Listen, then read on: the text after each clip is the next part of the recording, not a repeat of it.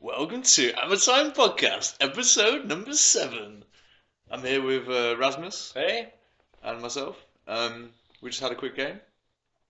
Warriors of the Dark Gods against Highborn Elves. Yeah. Something I want to do, because we're in this weird limbo stage still, that we're like old GW and new 9th Age, and I want to start getting better at using the 9th Age names. Yeah, sure. Yeah. I forget it all the time. Yeah, we just got like Swordmasters or White Lions or Shadow Warriors. I always forget. I can never remember partly what they're called, and I always forget to say it. And I feel as though now we're kind of promoting the hobby a bit and promoting the game, that we should really try and Use the right words. use the right words. Yeah. So from now on, we try our best to say the right words. Yeah. Yeah. Yeah. So we'll do our best. So yeah, Highborn Elves, Warriors of the Dark Gods. So today I think we're going to talk a bit about hobby. Rasmus has just started a new Warriors of the Dark Gods army. Pestilence. Pestilence theme? Pestilent theme. So, yeah, it's quite cool idea, and he's got some really good combos. And I'm going to talk a bit about my vampire counting project. And then the second part is probably going to be a little bit about the game today and what kind of things we're come up with for our armies and some of the units and builds and things. yeah, it's going to be more builds, and the first part is going to be more fluff. Yeah, so maybe you want to start by talking a bit about your Nurgle project? That's Or Pestilence. Pestilence project. We will. This should be a drinking game. Should we get the whiskey out? The idea is to combine the hobby and the gaming part. I wanted a new project, and I want an army that is fun to play, but it still has all the fun conversions to do. So I was like, Pestilence is really cool. Kind of making cool conversions. It's fairly easy to paint, and the conversion parts could be a huge part of the army. So I want to do like snail army with the snail houses. Snail shells. Snail shells, it's called. Yeah. And the spiders from orcs and goblins. Yeah. Like the tip of them coming out It's of like the head shell. and the head and the feet. Yeah. And then the So those the are gonna shells, be yeah. warhounds. So you're actually gonna get snail shells. Yeah, I'm gonna catch them in the nature, kill them, boil them. It's raining outside now. Maybe we can go outside and. We're in a capitalist. Yeah. But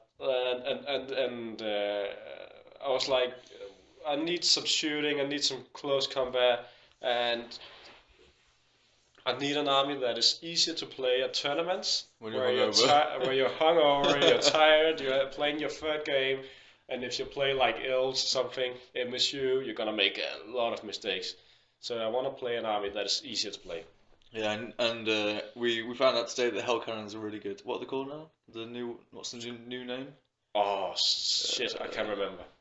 Is it Hellspawn Cannons or Hellscream cannon. Yeah, Hellscream Cannons, I something think like so. that. They're really good. And we were talking about conversions today, and Yeah. Rasmus has a giant which he's converting. I have two giants, Two two giants. old giants. Yeah, and I think he should do a giant which is shoveling poo and like flinging poo at the Yeah. enemy, which is like the cannon shot. Like poo and Yeah. nurglings And nurglings and things, and then there should be like a demon like creating the poo, let's just say, on the side, like squatting over the pile, creating poo, and then the giant throwing the poo. and the other one standing with a huge vacuum where nurglings running into them and shooting shut out. that could work as well. It's like the possibilities are endless, let's say, for the conversions. I think it's a really, really cool idea, and the cannons are really good as well. Making a lot of slime and the warriors walking in swamp areas. Yeah, like cut them off at their ankles and Yeah. put them below the surface of the base and make it like a swamp base. So you bought loads of models this week. I bought some. I have a lot of bits, so Rasmus is the bit king.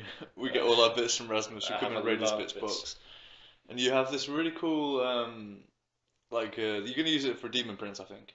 yeah, I don't know where it's from, but Yeah. it's like giant, It looks a little bit like a troll from Lord of the Rings. yeah, That's like how a I would giant describe giant it. But troll. but it's a bit more diseased. Really nurglish. Yeah. Pestilence-ish. Pestilence-ish. Drink.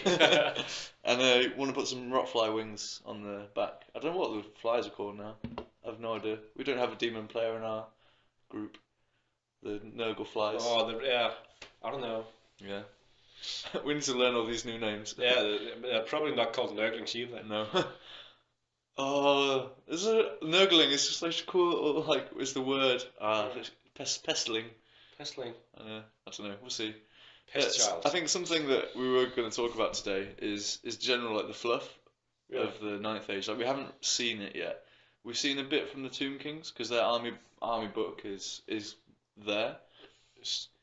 There's a few stories and stuff. I actually read it. I thought the story was quite good. Actually, Yeah. I don't know if I don't really know the Tomb King fluff that well, but I don't know, and I have no idea if it was a direct copy of the Warhammer fluff. Excuse me, but I actually really liked the story. I really liked it.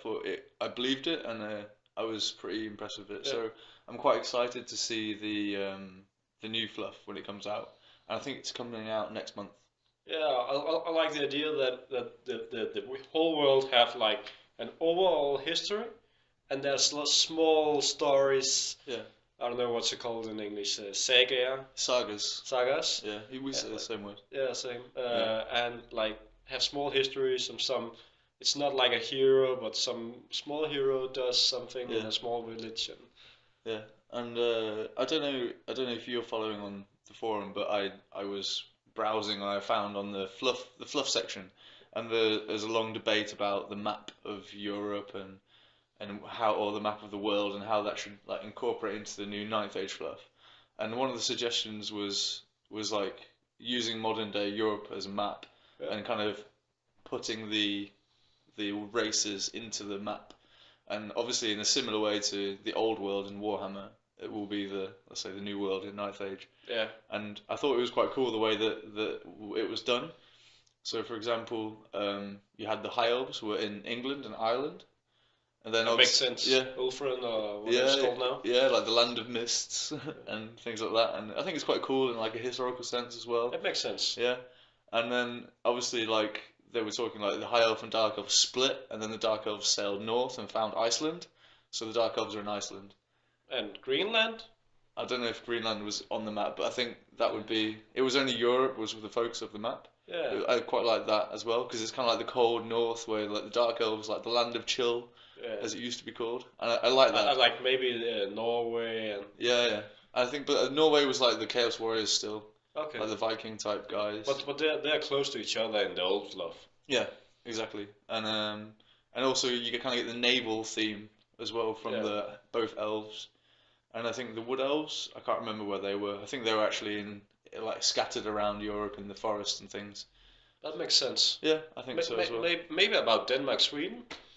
Yeah, could make sense. Cool. And obviously the Empire of Sonestal. They were the Germans and I think the French as well. I can't actually remember. French should be like Kingdom of Equality or whatever they call it. Yeah, the Kingdom of Aquitaine was in France as well. And there was a few like small bits which were interesting. Like the High Elves were also like in Gibraltar, where the British have the and also military base there. And also like I think it was Cyprus and Malta, are like the towers and the in the old fluff as well. I thought that was quite cool that they had kind of thought about it, and like the Crusaders in Rhodes and things like that, like the small islands that are fortified in history, were also like the high elf kind of enclaves, which I thought was really cool. That could be really and obviously the Tomb Kings in Egypt, and that makes sense. And the orcs were in like the Balkans, like Bosnia, Bosnia and. They're almost the same. Croatia. I'm sure our Balkan listeners will be happy to know that. And the vampire counts were in Romania, obviously, Transylvania.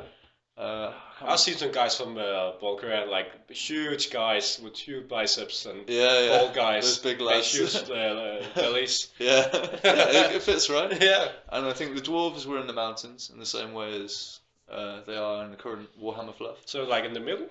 Yeah, in the Alps and also in the north as well. Yeah. And in like there's mountains. I think it's called the Carpathians or something in Hungary. And the Chaos Dwarves were in the other, I think I can't remember what mountains they're called in like which go down in the middle of Russia. Oh yeah. But that kind of fit as well. Yeah. I like that. And guess where the Skaven were? Can't think. Okay, one town in Europe where the Skaven could be, which would make so much sense. No? Rome. Rome? Yeah, of course. Yeah. So the Skaven like underneath Rome, and I thought that was like really cool. Like kind of the dark kind of like you kind of think of like ancient Rome as this kind of like dark place where there's peasants and like it's kind of dirty. Paris have those what is it called, catacombs? Yeah.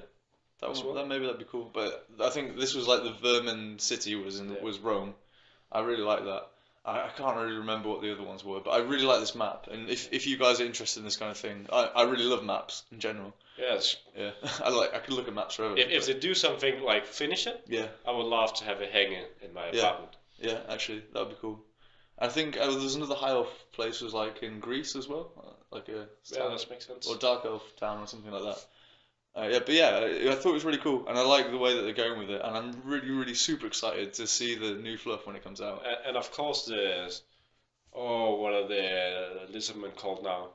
Yeah, the Saurian Ancients. Saurian Angels? I can't remember where they were. South America? I don't know, it was just Europe, but there was a place. I think maybe they were in like Poland or something. But it would make sense to have them. Yeah, maybe in Africa. I can't remember exactly. Or maybe they were in Spain. Spain. I can't remember, to be honest. It's been a That's a little off. Yeah, it's been a while compared to the other things. Yeah, but it makes sense. It's kind of one of the hottest parts of Europe. But yeah, Aztecs. Yeah, but they don't really fit in Europe, do they? Yeah. But yeah, we'll see. We'll see where it comes out. But I really liked the map that it came on. What I'm at the moment. I've been making my vampire accounts. I've actually have a user blog now. I've done quite a lot of work on it. I don't know if you've seen it. You've probably not. It's like on the user. I've seen it. Yeah, the user blog section. Yeah. And I put all my pictures of my. I've only seen yours. Yeah, there's some really good ones actually. Yeah. I saw there's a guy that's making a bloodthirster out of the Archeon, the new Archeon model. It's huge. It's huge. He's like put it, and there's a picture of it, his new model from the Archeon one with like a bloodthirster head next to the Forge World bloodthirster and next to the Games Workshop regular bloodthirster, and it's like twice the size. Games Workshop is so small. Yeah, but it's bigger than the Forge World one. Fuck, it's huge. It's really big, and yeah, some really cool stuff on there. So check out the user blog thing. And also one thing is that there's a competition at the moment running where you can post a picture of your model or a picture of a unit and write something about it and why it's interesting, and I think you can win. I think you win like eternal glory. Something That's like cool. That. Yeah. So have a look at that. Check out my user blog. Do you have anything in that tournament? The tournament? That painting tournament? Conversion tournament? I haven't entered yet, but I'm going to enter my Sky Sloop model, which is a conversion. I've basically taken the Sky Sloop, the Sky Cutter from Games Workshop, and chopped the bottom of it and stuck it on the bottom of the base, so it looks like a boat in the water. And then added some horses, like seahorses with like dragon tails, so like they're swimming. And I've made waves with milliput. It looks so good. And like rigging and like some set like the wings from the Sky Cutter I made into sails. Yeah, I'll post a picture up and you can have a look. And that's going to be my unit, and then I'm going to post my scratch built dragon as the model one. But I'll probably do that next week when I have some time. So you like put a link on the podcast to? Yeah, I'll put a link on the show notes to the competitions, and you can enter yourself. I was thinking about doing my Varkalak, Polly the Varkalak, and but it's not going to be finished in time, I don't think. What do you know when the times end? It starts today actually. The competition starts today, the 26th of March, and I think it runs for 2 weeks Okay. or 3. I can't remember exactly. Maybe it's 4 weeks. But yeah, That's it's for a couple of weeks from now, and hopefully this will be posted maybe tomorrow if I get time. No, not tomorrow. I'm not gonna have time. At some point this week, this podcast will be posted. Sure. Yeah. So, do you have any other hobby stuff you want to talk about? No, yeah, I haven't done anything yet. No, just accumulating things. Yeah, buying stuff. Buying stuff. I think it's fun buying stuff, right? Yeah. I saw in Games Workshop where had discontinued a load of stuff. Oh god. I crapped myself. I was like, That no, what? I'm getting really afraid of how many people joining up behind the Ninth Age. Yeah. You don't think there's gonna be enough? I think my feeling is that there are enough players right now, but I don't know how many there is and where they're gathered. We have a lot. Obviously, we have a big group here Yeah. in Denmark, and the community is slowly getting behind it. But I think it's because of ETC. Because Yeah. in Denmark, we tend to follow the ETC. A lot. Yeah, and the ETC are going full Ninth Age. Yeah. And I think that's really good. At least for the game here for us.